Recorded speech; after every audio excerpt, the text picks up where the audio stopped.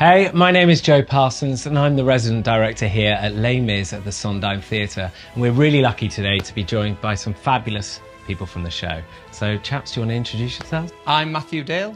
I'm Brad Barnley. I'm Chris Jacobsen. I'm Killian Donnelly. And together we play Jean Valjean in Les Miserables.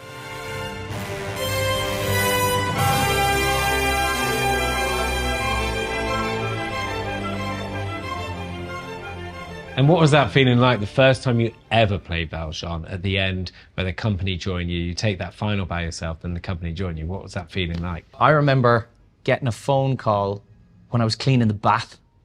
And I was in a dressing gown and I had marigolds and the phone rang. Do you fancy doing Valjean tonight? And I was like, oh, this is happening? I'm going to be Valjean tonight?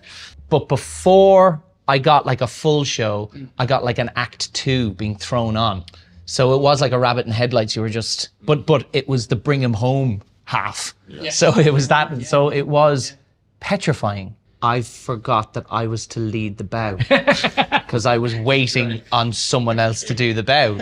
And it was because I was thrown on. It was David Thaxton who was under us, and he went, "It's you." And I went, "Oh." That was that. Waiting for someone else. Yeah, and I think it was when I got home. And I sat down and I was there with a cup of tea that I went, I just played Valjean in the West End. I remember 2 things from my debut. The first one is the feeling when the lights go, you get a blackout after the soliloquy and you sprint off stage, pass the bag to somebody, sprint off and get changed into the mayor. But I was so overwhelmed with adrenaline. I've never felt like that in my life. Like, honestly, I feel like I could have lifted anything. Like I was so pumped. And then at the end, as you mentioned Thacker a couple of times, like David Thaxton's one of my heroes. Getting to hug him, well, play opposite him.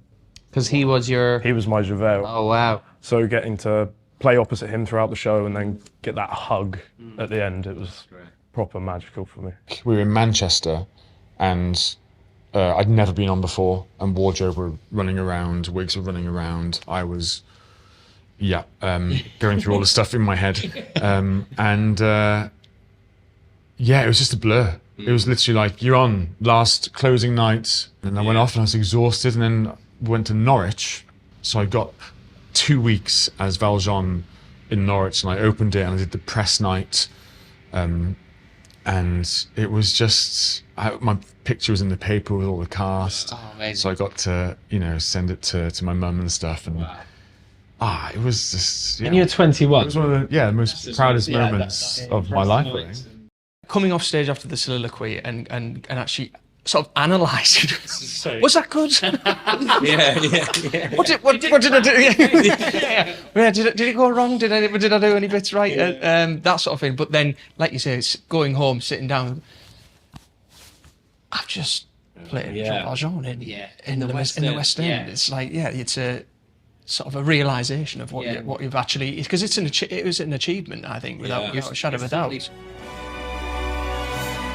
What's your audition process like, or what was your experience of the audition process? Well, I started for the new production. I started, and I actually back then auditioned for cover Valjean, and it was cover Grantaire at the time, and I didn't get the Valjean, so it's kind of been a bit of a full circle for me. I'd personally say in the sense of I didn't get it back then, but I'd say I worked at it a bit and vocally, and obviously you can't not in this show have a stronger vocal as you go through it, I think. But I auditioned for it back in 2022, and fortunately went my way. So it's nice feeling to know that that's where I'd started. I hadn't got it, and then everything I'd auditioned for to begin with, I'd finally achieved that by this point now. That's a good phone call. Yeah, nice. Yeah, it was nice. Yeah, and that was here as well. So that was downstairs, so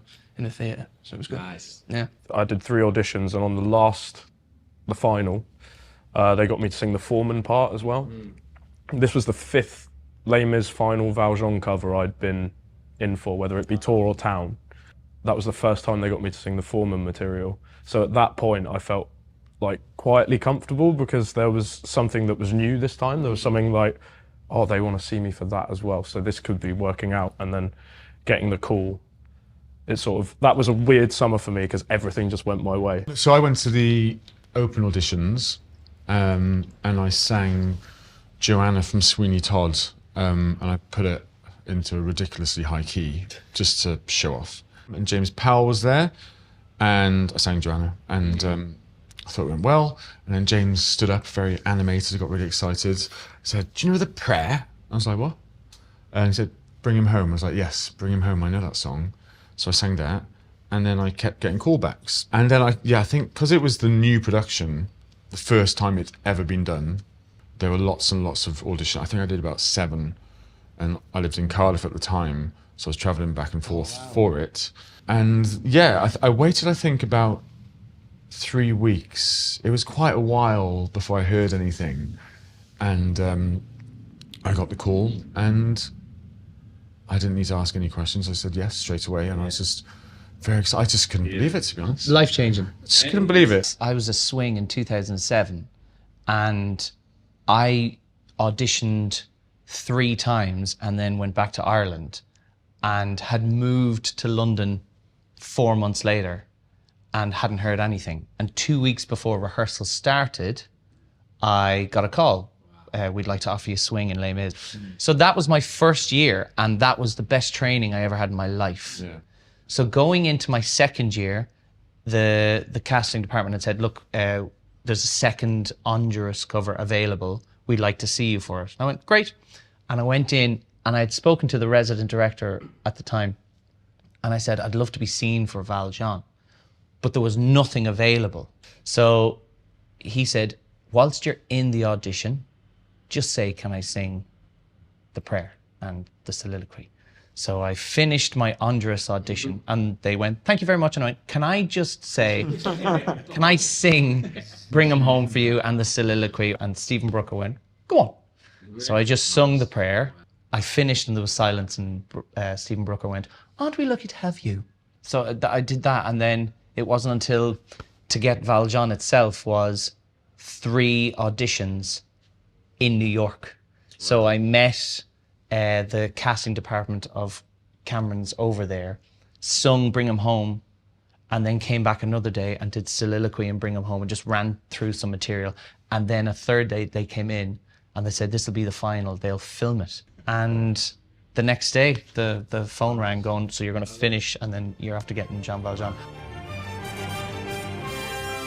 And were you always, for all of you, were you always passionate about being in Les Mis? Like, how did you first? I know for me, it was the 10th anniversary, which was on VHS from my grandma. And that was my first introduction. And I saw the little boy that played Gavroche. I was like, I need to be that person. It's still going to happen, Joe. Please. It'll still happen. Please. But what was it like for you guys? What was your first introduction to Les Mis? My youth theatre did the show down the road, and I wasn't a part of the youth theatre, but I went along. Had a couple of mates, and went along and auditioned, and somehow got the role above everyone else who'd been there for absolutely years. So I played Valjean for youth theatre first, and then that was me hooked on the show. And then I'm living, as I'm sure we all are, living the dream. It was watching Ramin and Hadley, and that for me was like, oh God, they're cool. Those voices are insane, and then you want to get into this show as soon as you watch it, And I remember coming to watch it with my mum when I was training, and I remember going, "I'm going to work here one day." Wow. And 6 years later, here we are. So talking about like seeing different versions, 10th anniversary, 25th anniversary, and then going on to play the role, do you have like a favourite part in the show that you just relish every time you get to do it?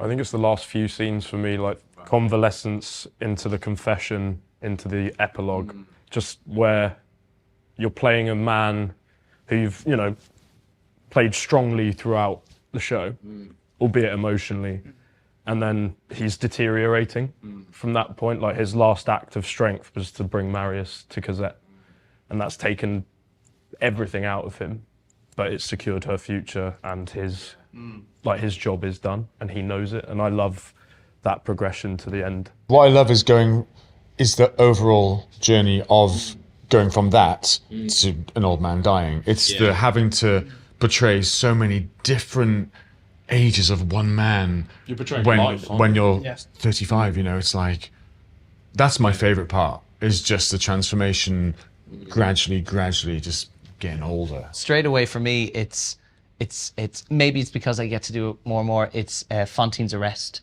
That little moment between Valjean and Fantine, I love because I get to, having done it over and over again, I get to put a bit of like patronizing, Valjean being patronizing towards her.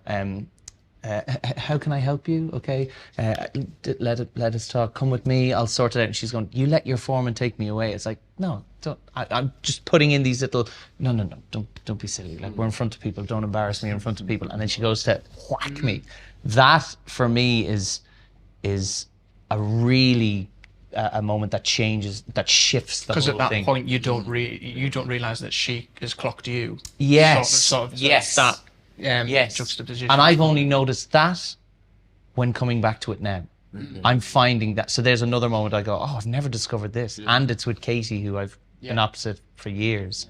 And she's discovering it as well. And I love those little moments. Is there anything in the role that you feel like you resonate with? Recently, it was my sister just had a baby. Right. So when it comes to the convalescence, and you say those words, I stole some bread to save my sister's son. Yeah, that hit me more than I thought it really would. And I was just like, do you know what? I would do anything for that kid. I'd steal bread, I'd steal anything to make sure they survived. So that was a revelation for me recently. Adversity for me, I think, just in this, everything he goes through, and you could be shoved back down, being put back down, and you know, still fighting your way through it. And that, for me, in terms of what I've had to get, where I've had to get to in this show, but what he has to go through to get to where he eventually wants to be, you know, with obviously Cosette and Marius towards the end. But that's my sort of word, if I was to pick a word. Adversity. Yeah. I think a lot in the beginning, for sure. Like in the first part, in the soliloquy, as we've mentioned before, like definitely like the rage is so natural to come to feel, because you know, everyone's been despairingly rageful at times, I think. You know, but the older Valjean, I really like to people watch, and I love watching old people, especially in how they move. With little Cosette, when I'm doing little bops on her nose or something like that, or picking her up and doing twirls and stuff, it's Cosette shall have a father now. I'm a dad. It's little moments like that that just resonate with you. But throughout the ages of Valjean, I do know where that's me, and then as he gets older, that's my dad. And it's amazing to play those different ages and have someone in your life. And my dad is that type. He hasn't been wronged, but my dad is that person who I can connect with and go, oh, I know how I'm going to play this. One piece of advice you can give to anyone taking on the role? To anyone who is covering, playing the role, or thinking of going for it or wants it, I'd always say know the text you're singing. That would be my one thing. Know what you're singing. Work hard. Work hard and know your stuff, like you say. But be kind. Be kind to people. That's it. But again, I go back to the score, because if you can get those notes nailed, then you can forget about those notes. Yeah. And then you can focus on everything else that comes with that role and stay hydrated. Mine would be to book a massage for the next day, because it really hurts.